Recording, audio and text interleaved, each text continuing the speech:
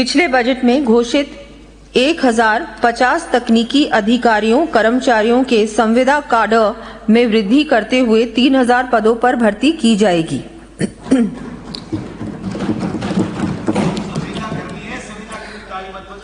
ऊर्जा।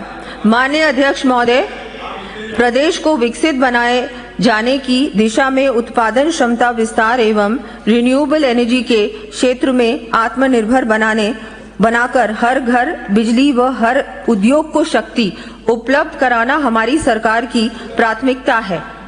मुझे सम्मानित सदन को ये बताते हुए हर्ष की अनुमति हो रही है कि माननीय मुख्यमंत्री श्री भजनलाल शर्मा जी के नेतृत्व में आज राजस्थान का अक्षय ऊर्जा एवं सौर ऊर्जा क्षमता में देश में अग्रणी प्रदेश बन गया है।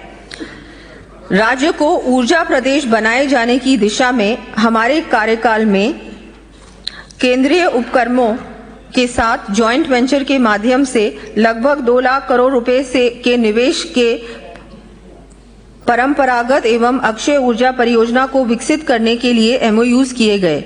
सौर ऊर्जा क्षमता को 19,209 मेगावाट की वृद्धि हुई है। पीएम सूर्य घर मुफ्त बिजली योजना के अंतर्गत 518 मेगावाट क्षमता के 1,30,000 से अधिक रूफटॉप सोलर प्लांट स्थापित किए गए। सुदृढ़ विद्युत तंत्र के लिए 400 केवी के 2 जीएसएस, 220 केवी के 5 जीएसएस, 132 केवी के 45 जीएसएस तथा 33 केवी के 379 सब स्टेशन स्थापित किए गए।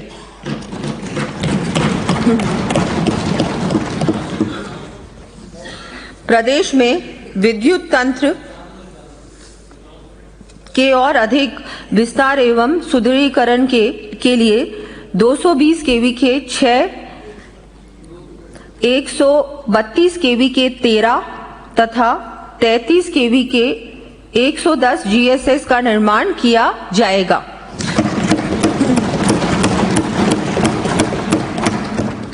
इन जीएसएस की सूची मैं सदन के पटल पर प्रस्तुत कर रही हूं।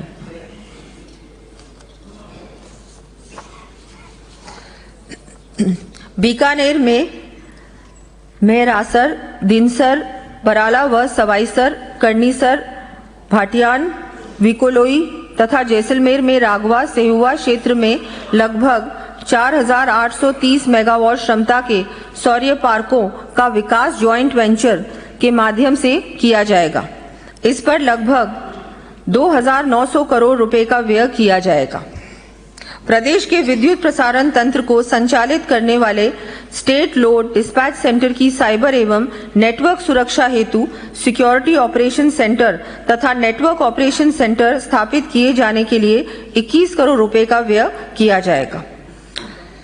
विद्युत तंत्र के आधुनिकीकरण तथा विद्युत सेवाओं को अधिक पारदर्शी व सुलभ बनाए जाने की दृष्टि से निर्बाध विद्युत आपूर्ति के साथ साथ विद्युत तंत्र के ट्रांसफार्मर, फीडर और सबस्टेशंस की आईओटी सेंसर द्वारा रियल टाइम मॉनिटरिंग, विद्युत फॉल्ट के पूर्व अनुमान तथा पारदर्शी मीटर बिलिंग के लिए अजमेर डिस्कॉम के अंतर्गत ग्रिड को एआई इनेबल्ड किया जाएगा। इमरजेंसी अलर्ट व डिजिटल भुगतान प्रक्रिया तथा कृषि उपभोक्ताओं को विद्युत सेवाओं, कल्याणकारी योजनाओं एवं विद्युत आपूर्ति की रियल टाइम जानकारी उपलब्ध कराने के लिए एआई आधारित डिजिटल प्लेटफॉर्म विकसित किया जाएगा।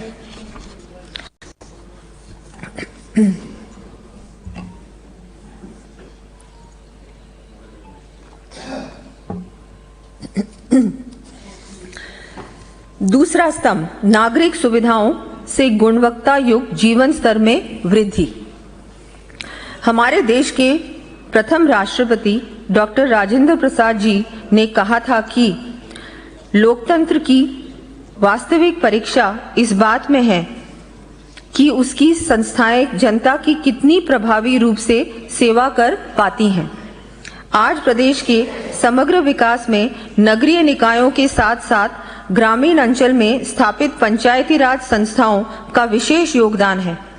विजन 2047 की संकल्पना को साकार किए जाने के लिए प्रदेशवासियों को किफायती आवास, मास्टर प्लान आधारित सुनियोजित विकास के साथ ही अन्य नागरिक सुविधाएं उपलब्ध कराए जाने के लिए हम कृत संकल्पित हैं। गत वर्ष बजट में की गई घोषणा के तहत बनाए गए कॉम्प्रिहेंसिव मोबिलिटी प्लान को लागू करते हुए समस्त संभागीय मुख्यालयों पर चिन्हित सड़कों पर ITMS अर्बन मोबिलिटी ऐप, सड़क व चौराहा सुधार, flyover, underpass, traffic solutions, signal free traffic, parking संबंधी कार्य करवाए जाने की घोषणा करती हूं। इसके तहत जयपुर हेतु 1000 करोड़ को शामिल करते हुए कुल 2325 करोड़ रुपए का व्यय किया जाना प्रस्तावित है। प्रदेश के विभिन्न क्षेत्रों में सौंदर्यीकरण, पुनरुद्धार एवं उन्नयन संबंधी विविध कार्य लगभग 3000 करोड़ रुपए की लागत से करवाए जाएंगे। इन कार्यों का विवरण मैं सदन के पटल पर प्रस्तुत कर रही हूं।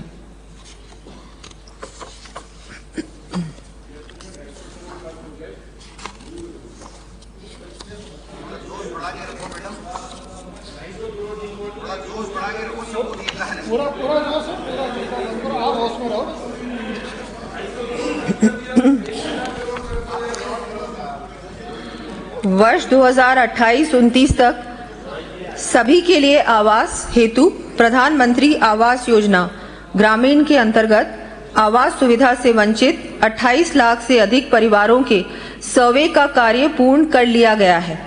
योजना के द्वितीय चरण में वर्ष 2029 तक पात्र परिवारों को आवास निर्माण किए जाने हेतु अनुदान दिया जाएगा।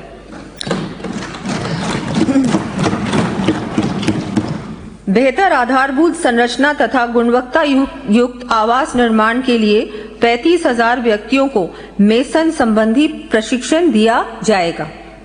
ऊर्जा बचत के साथ पर्याप्त रोशनी के लिए राज्य के नगर निकायों में 7 लाख स्ट्रीट लाइट्स लगाई जाएंगी।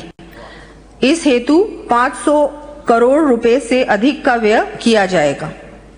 प्रदेश में जल भराव की समस्या के निस्तारण, वर्षा जल की व्यवस्थित निकासी तथा बाढ़ सुरक्षा की दृष्टि से जयपुर में 500 करोड़ रुपए एवं अजमेर में 200 करोड़ रुपए के ड्रेनेज सिस्टम के कार्य सहित अलवर, भिवाड़ी, उदयपुर, कोटा, चुरू, पाली, नागौर एवं भरतपुर के नगरीय क्षेत्रों में बाढ़ सुरक्षा हेतु कुल 1020 करोड़ रुपए के कार्य करवाए जाने की मैं घोषणा करती हूं।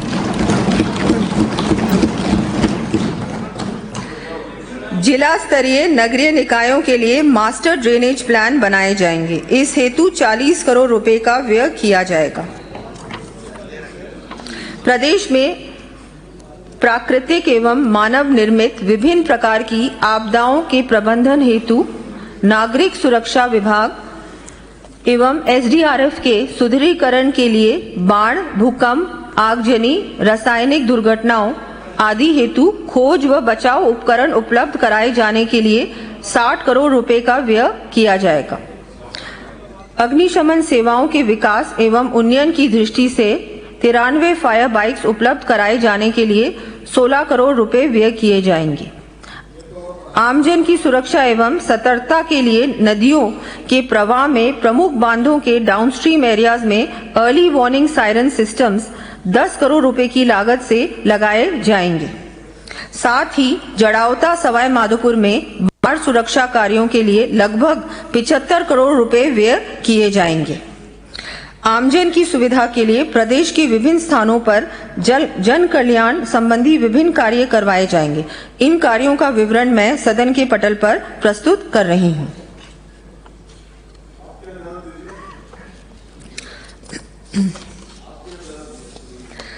हमारे द्वारा शुरू की गई पंच गौरव योजना के अंतर्गत आगामी वर्ष जिलों में आधारभूत संरचना, पर्यटन उन्नयन, सांस्कृतिक संरक्षण, स्थानीय उत्पादों की ब्रांडिंग तथा नवाचार आधारित परियोजनाओं के लिए 150 करोड़ रुपए का व्यय किया जाएगा। प्रदेश के आर्थिक विकास के लिए स्थानीय निकायों एवं राजकीय उपक्रमों के इंफ्रास्ट्रक्चर प्रोजेक्ट्स को इनोवेटिव फाइनेंसिंग सुलभ करवाने के लिए Raj Setu, Rajasthan structured enabler for transformative urban and infrastructure financing fund की स्थापना की जाएगी।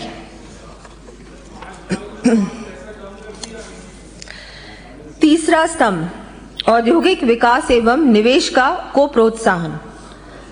भारत की वैश्विक पहचान को और अधिक मजबूती देने तथा आर्थिक प्रगति के पथ पर देश को निरंतर आगे ले जाने वाले कुशल नेतृत्व के धनी हमारे प्रधानमंत्री श्री नरेंद्र मोदी जी ने राजस्थान की अर्थव्यवस्था के असीम पोटेंशियल को रेखांकित करते हुए कहा था, राजस्थान राइजिंग तो है ही, रिलायबल भी है, राजस्थान रिसेप्टिव भी है और समय के साथ खुद को रिफाइन करना भी जानता है।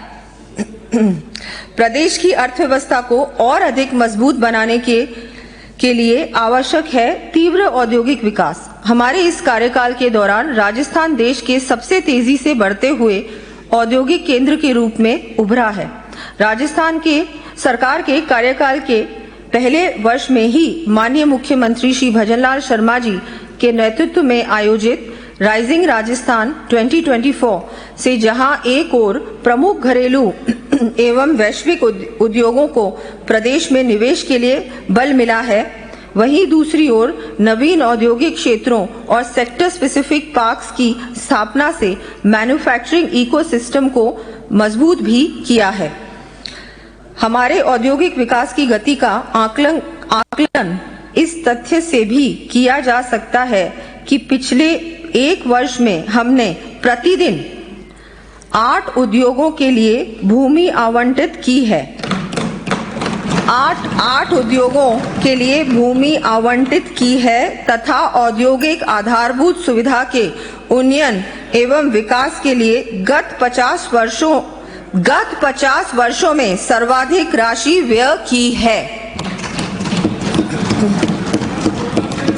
इसी कड़ी में हमारे द्वारा औद्योगिक विकास तथा हैसल फ्री निवेश को दृष्टिगत रखते हुए डायरेक्ट अलॉटमेंट पॉलिसी लागू कर 1200 से अधिक उद्यमियों को 800 एकड़ भूमि का आवंटन किया गया है।